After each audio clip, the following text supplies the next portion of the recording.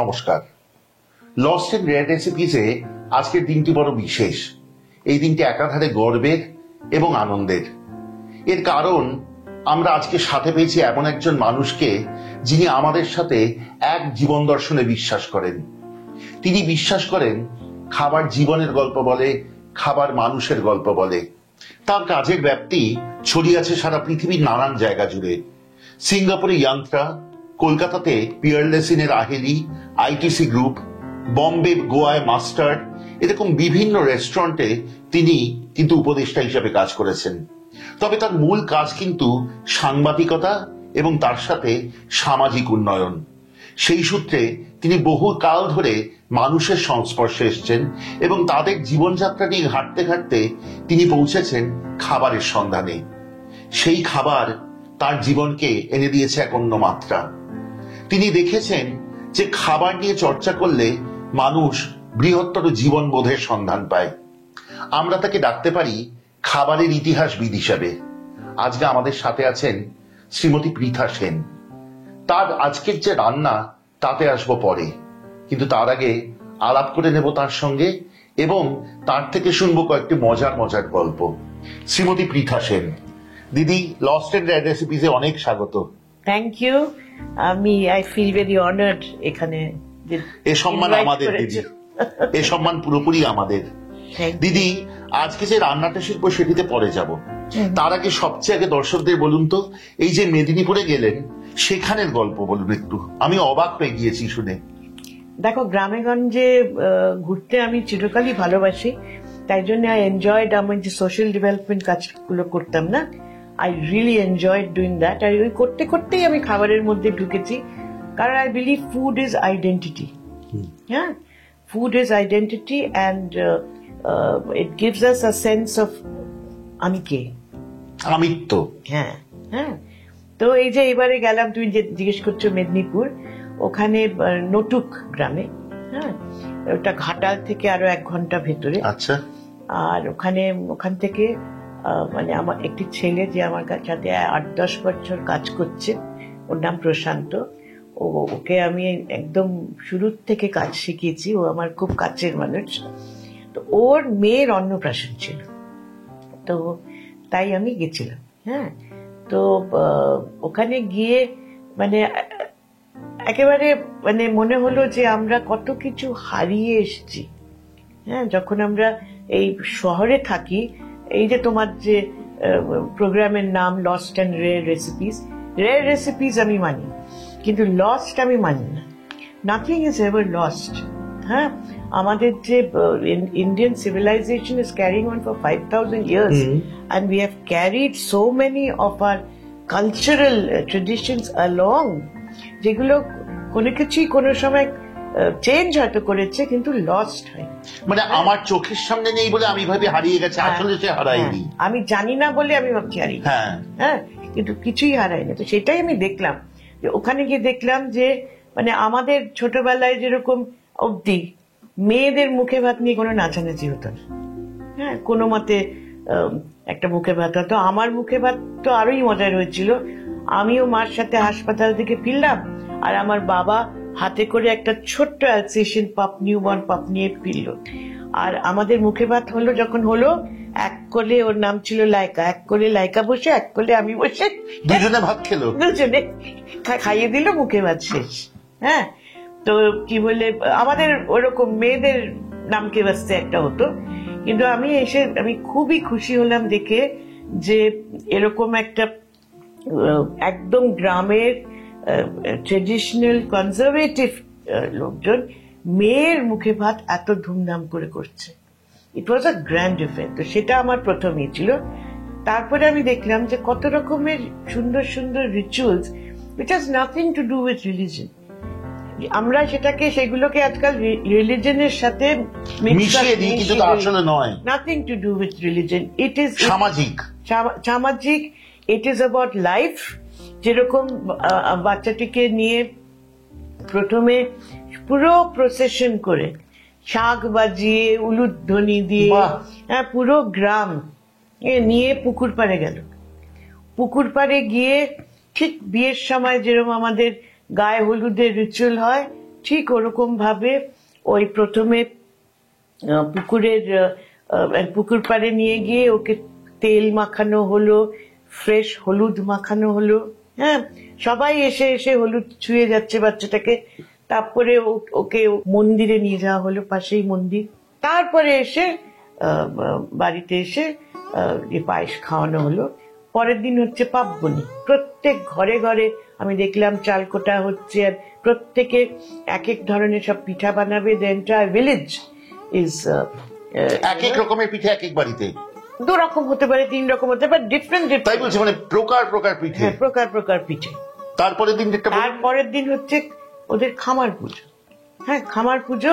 সেখানে সমস্ত agricultural tools নিয়ে ওরা যায় একটা পার্টিকুলার মাঠে, দিঘি আছে, ওই মাঠে যায়, এবং যতক্ষণ না শিয়াল আর লক্ষ্মী প্যাঁচা ডাকে ততক্ষণ ওরা রিচুয়ালস আরম্ভ করতে পারবে না। কি অদ্ভুত এটা না? হ্যাঁ, তা আমি বারবার জিজ্ঞেস করলাম যে যদি না ডাকে, হ্যাঁ বললো ডাকবে।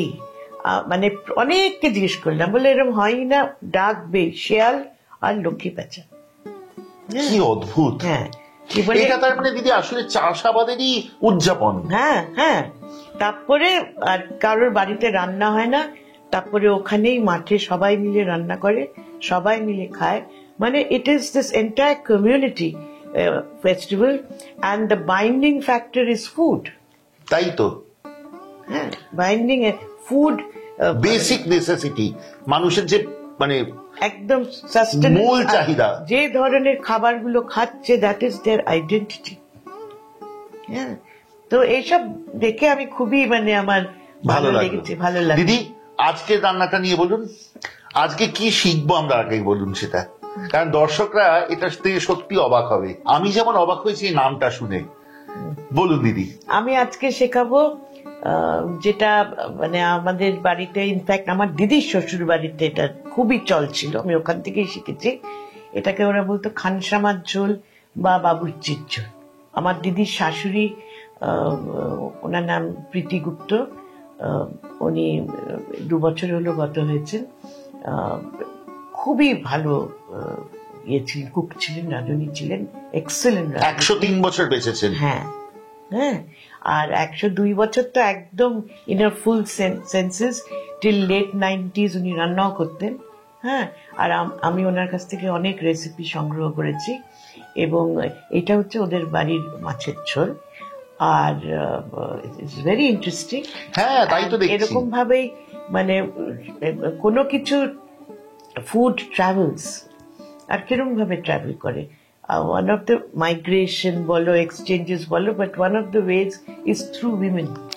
কারণ ওরা এখান থেকে ওখানে বিয়ে করে চলে গেছে। হ্যাঁ, হ্যাঁ, তারপর ওই বাড়ির থেকে অনেক কিছু শিখে আবার আরেকজন ওখান থেকে বিয়ে করে অন্য জায়গায় গেল, আবার এই বাড়ি থেকে যে ও বাড়িতে গেছেন সেখানেও কিছু প্রভাব গেছে। প্রভাব গেছে। তো ঠিক সেরকম ভাবেই দিস ঝোল মাস্ট হ্যাভ ইভলভড। হ্যাঁ, কোনো বাবুর্চি বা খানসামা এটা কোনো সময় করেছিল। এটাতে কিন্তু খুব বিহারের প্রভাব দেখা যাচ্ছে না, আপনি বলছিলেন। হ্যাঁ, আমি সেটাই, মানে আমিও, ওরা জানে না, আমি জিজ্ঞেস করেছি যে কোত্থেকে, দে হ্যাভ নো আইডিয়া, কিন্তু আমি এটা ভেবে দেখেছি যে could be because this entire এতটা ইউজ অফ সার্টেন স্পাইসেস, যেগুলো দেখাবো আমি, যে and the smell and the test somehow reminded me of Bihari fish curries. তো কুড বি দ্যাট কোনো বিহারি মুসলমান বাবুর্চি ছিল ওদের কোনো একজনের বাড়িতে, সেখান থেকে রান্নাটা হয়েছে। হ্যাঁ, কিন্তু এটা ওদের বাড়ির এক রকমের বলতে পারো রোজকার মাছের ঝোল। পৃথাদির দিদির শ্বশুর বাড়ির এই রান্না আজকে শিখবো, খানসামার ঝোল বা বাবুর্চির ঝোল। চলুন শিখি।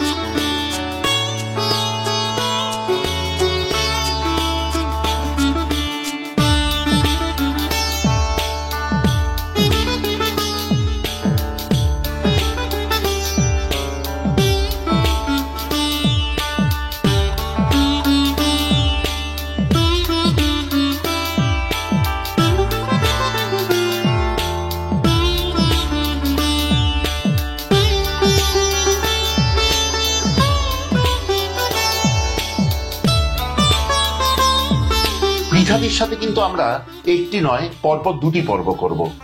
আজকে যে খানসামার ঝোল শিখবো এবং আগামী পর্বে যে রান্নাটি শিখবো তা কিন্তু পৃথাদি শেখাবেন, আমি শিখবো এবং তার সাথেই শিখবেন আপনারা সবাই।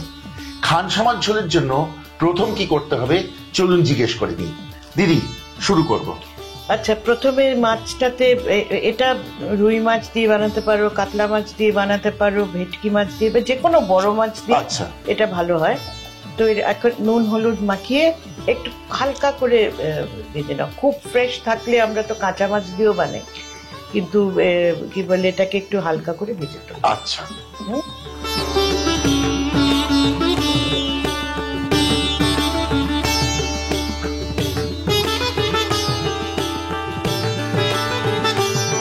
দিদি সর্ষের তেলে হবে তো পুরো রান্নাটা? হ্যাঁ, সর্ষের তেলে।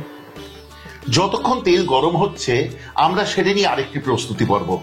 একটি বাটি নিই, তাতে হলুদ, লঙ্কা, ধনে গুঁড়ো নিয়ে নিই এবং জলে গুলে রাখি। কতটা করে নেব দিদি বলে দেবেন। একেবারে সমান সমান 1 চা চামচ। সমান সমান। লঙ্কাটাও অ্যাকর্ডিং টু টেস্ট। হ্যাঁ, এটা একটু ঝাল ঝাল হলে খুব ভালো লাগে। তাহলে একটু উঁচু করে নিই। উঁচু করে নাও। আচ্ছা, এর মধ্যে এবার ধনে গুঁড়ো দাও। কতটা? বেশ 4-5 চামচ দাও। ও, অনেকটা ধনে পড়বে অনেকটা তাতে। ধনে গুঁড়ো। ঠিক আছে। ভালো করে জলে গুলে নাও।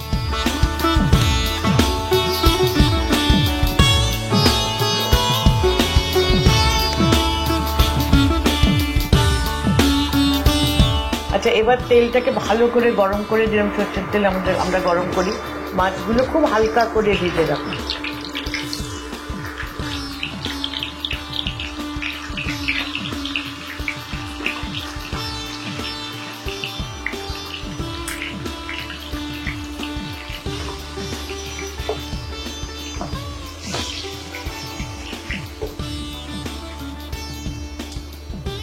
দিদি তেল একদম ধোঁয়া ওঠা গরম। হ্যাঁ, এবার বলুন। এবার একটা লেবল টিস্পুন মতন মেথি দাও। আর একটু দাও। হ্যাঁ, রসুন দিয়ে দাও বাটা। বাস 1 টেবিল চামচ রসুন বাটা দিয়ে।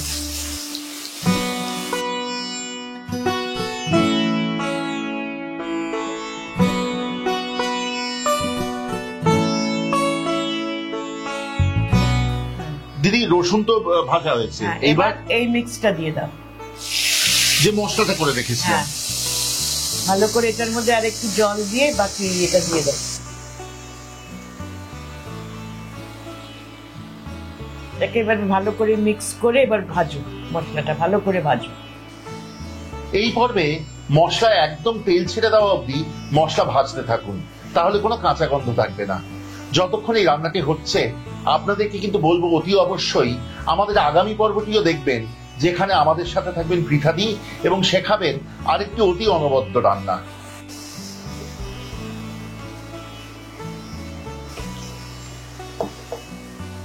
এইবারে জল দাও। কতটা জল দেবো দিদি? জলটা নিজের উপর ডিপেন্ড করে, তুমি যতটা ঝোল রাখতে চাও। হ্যাঁ, কিন্তু দাও আর একটু দাও, কারণ এটা ভালো করে এবার ফুটবে। বাস, তো ভালো করে এবার ঝোলটা ফোটাও। আর এখন স্বাদ মতো নুন দাও।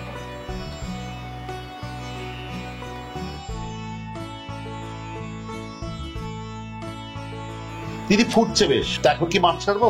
হ্যাঁ, আঁচটা কমিয়ে দাও।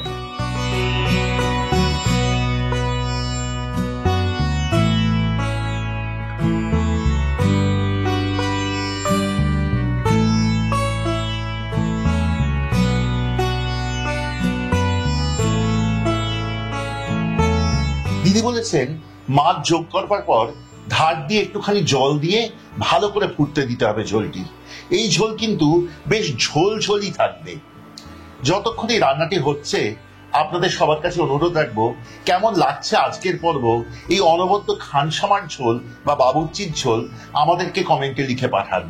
যদি ভালো লাগে সাবস্ক্রাইব করে সঙ্গে থাকুন এবং অবশ্যই আগামী পর্বটিও দেখবেন, যেখানে আমাদের সাথে আবারও থাকবেন পৃথাদি। আমি কিন্তু সত্যি মন থেকে বিশ্বাস করি এইসব অতি বিরল এবং অতি সুস্বাদু রান্নাগুলি বেঁচে থাকবার যোগ্য আমাদের ঐতিহ্যরূপে। তাই জন্য শেয়ার করতে ভুলবেন না আত্মীয় বন্ধুদের মাঝে, তারাও জানতে পারবেন এইসব রান্নাগুলির কথা। যদি ভালো লাগে অবশ্যই বেল আইকনটি টিপে দেবেন, যাতে আমাদের চ্যানেলের সব রান্নার নোটিফিকেশন সবচেয়ে আগে পৌঁছে আপনার কাছে। এবার ফিরে আসবো রান্নায়। দিদিকে কিন্তু দিদির রান্না শেষ করতে বলবো, নিজের হাতে করবে।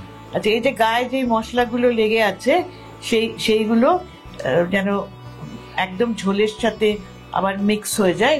আচ্ছা, এবার এটাই হচ্ছে আসল, এই লাস্ট টাচটা হচ্ছে আসল। About half a teaspoon of রসুন কুচি, যার যত রসুন পছন্দ সে তত দিতে পারে, আর কাঁচা লঙ্কা কুচি,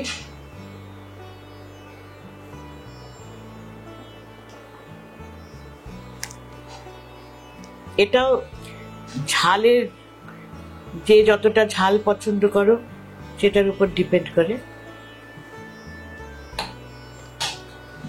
আচ্ছা দিদি, এই যে কাঁচা রসুন দিলাম, এতে কাঁচা রসুনের গন্ধ থাকবে না? না না, যখন খাবে দেখো।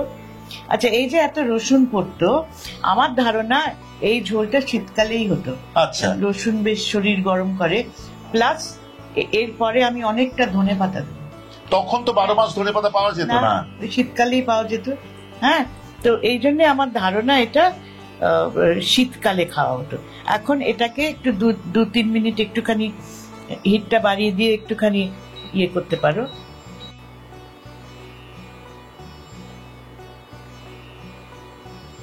শুভজিৎ, এবার এটা বন্ধ করে দাও, তোমার রান্না শেষ, ভাত আনো, খেয়ে বলো।